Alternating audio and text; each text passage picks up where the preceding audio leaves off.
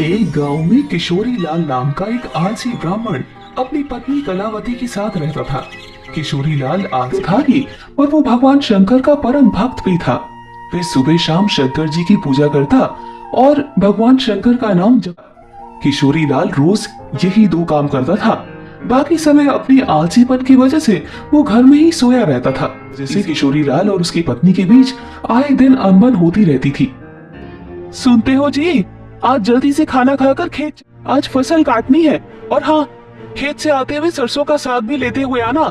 घर में सब्जी बनाने को कुछ भी नहीं है, भूल मत जाना, नहीं तो आज खाना नहीं बनेगा। मैं पहले से ही बोल रही हूँ।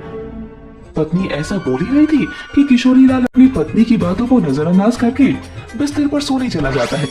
कैलाश में बैठी माता पार्वती भगवान शंकर से कहती है, भगवान, ये आपका कैसा भक्त है? ऐसा क्या कारण है कि आपकी भक्ति तो करता है पर कोई कर्म नहीं करता? आपको तो इसका मार्गदर्शन करना चाहिए। मैं सब देख रहा हूँ पार्वती। पिछले जन्म में ये एक आलसी गधा था जो एक शिव मंदिर के सामने आकर सोता रहता था। सोते सोते भी उसे मंदिर में भक्तों के द्वारा किए हुए मंत्रों का उच्चारण सुनाई दे जाता था और श्रावण मास में उसकी मृत्यु हो गई। इसी कारण इस जन्म में ये मनुष्य रूप में जन्मा तो है, पर इसका आलसी स्वभाव नहीं गया। सही समय आने पर मैं इसे उचित शिक्षा दूंगा। अरे ये क्या, तुम वापस सो गए? उठो जल्दी और खेत में जाओ, आज फसल काटने जाना है। खेत में फसल बहुत बड़ी हो चुकी है। अगर आज फसल को नहीं काटा तो उसे जानवर चढ़ जाएंगे, नहीं तो कोई चुरा लेगा। मेरी बात सुन भी रहे हो? हे भोलेनाथ, न जाने इनका आलस कब खत्म होगा। मैं तो इनसे तंग आ चुकी हूँ। कलावती बोलती जा रही थी पर किशोरी लाल को तो कोई फर्क ही नहीं पड़ रहा था। वो चुपचाप बिस्तर पर लेटा हुआ था। किशोरी लाल को कुछ बोलता हुआ न देख कलावती रसोई घर में जाती है और वहाँ से एक बाल्टी पानी लाकर किशोरी लाल के ऊपर डाल देती है और वो पूरा भीग जाता है। ये देख किशोरी लाल बहुत गुस्सा हो जाता है और फिर दोनों के बीच बहुत कहासुनी होती है। फिर वो गुस्से में घर से निकलकर भोलेनाथ के मंदिर की ओर चला जाता है।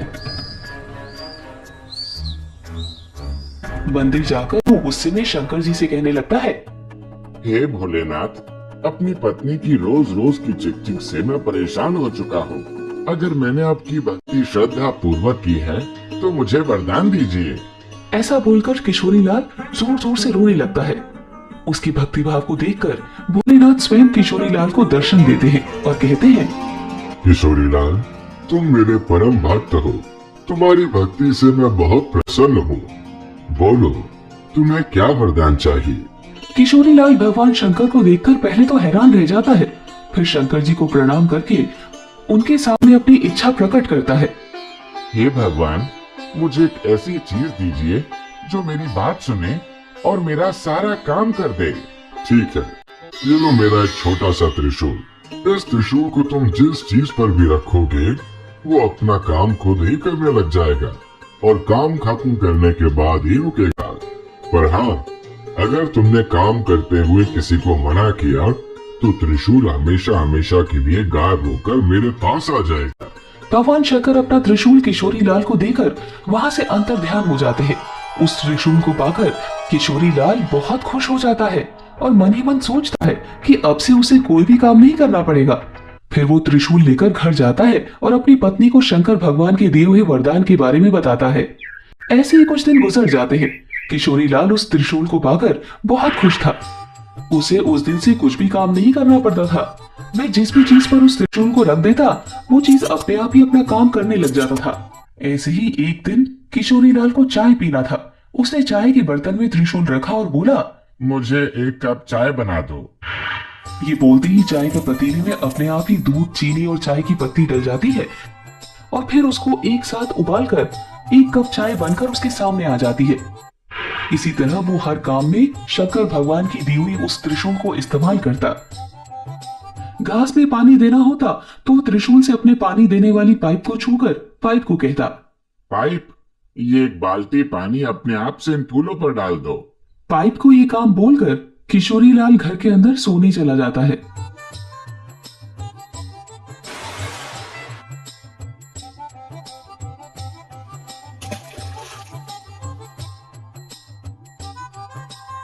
और उसके सोते ही लाइट चली जाती है।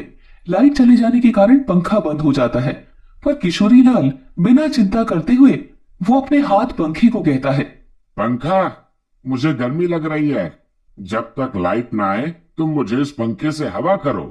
किशोरीलाल के कहे अनुसार हाथ पंखा बिना देर किए हवा करने लग जाता है और जैसी लाइट आती है तो हाथ पंखा बंद हो जाता है। इस तरह वो अपने हाथ से बिना कुछ काम किए बड़ी आसानी से सारे काम को कर लेता है। फिर एक दिन किशोरीलाल को भूख लगी और अच्छे अच्छे पकवान खाने का मन किया तो खाना खाने बैठा। किशोरीलाल मन में ही बोलने लगा, कैसा होता अगर खाना भी अपने आप ही मुंह में आ जाए, मुझे हाथ का भी इस्तेमाल ना करना पड़े और मैं आसानी से खाना भी खा लूंगा। ये सोचकर वो खाली प्लेट पर त्रिशूल रखकर बोला, अच्छे अच्छे पकवान मेरे मुंह में अपने आप आ जाओ। ऐसा कहते ही प्लेट से तरह तरह के पकवान निकलकर किशोरीलाल के मुंह में जाने लगे। तरह तरह की मिठाई, नए नए स्वाद पकवान और बिना रुके अपने आप ही उसके मुंह में जाने लगे और वो बड़े मजे से उन्हें खाकर आनंद ले रहा था।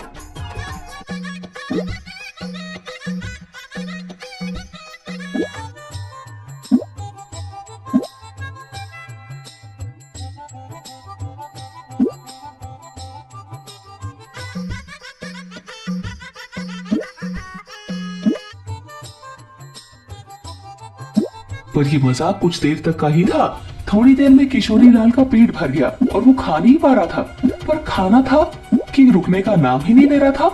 प्लेट से भिन्न भिन्न प्रकार के व्यंजन निकलकर उसके मुंह में जा रहे थे। ये देखकर किशोरीलाल परेशान हो गया। वो जैसे ही खाने को मना करने जा रहा था तो उसे भगवान शंकर की बात याद आई कि अगर वो काम करते हुए त्रिशूल को मना करता है तो उसका वरदान हमेशा हमेशा के लिए समाप्त हो जाएगा। ये सब सोचते हुए चिल्लाने लगा। उसके चिल्लाने की आवाज सुनकर उसकी पत्नी रसोई घर से बाहर आती है। हाँ, और किशोरीलाल को देखकर हैरान हो जाती है। फिर किशोरीलाल से उसकी पत्नी खाने को रोकने के लिए बोलती है, पर वो शंकर भगवान के दिए हुए वरदान को नष्ट करना नहीं चाहता था। पर आखिरकार उसे बोलना पड़ा, रुक जाओ। खाना आना तो रुक गया, पर उसके साथ शंकर भगवान की दी हुई वो त्रिशूल भी गायब हो गई। किशोरीलाल त्रिशूल को अपने पास न देखकर बहुत दुखी हुआ, पर अब वो कुछ भी नहीं कर सकता था। शंकर भगवान का दिया हुआ वरदान को उसने खुद ही समाप्त कर दिया था। अब तक किशोरीलाल ने त्रिशूल को जो भी काम दिया था उन सबको काम खत्म कब करना है ये भी अनजाने में ही सही बोल दिया था। मुझे जब चाय बना दो।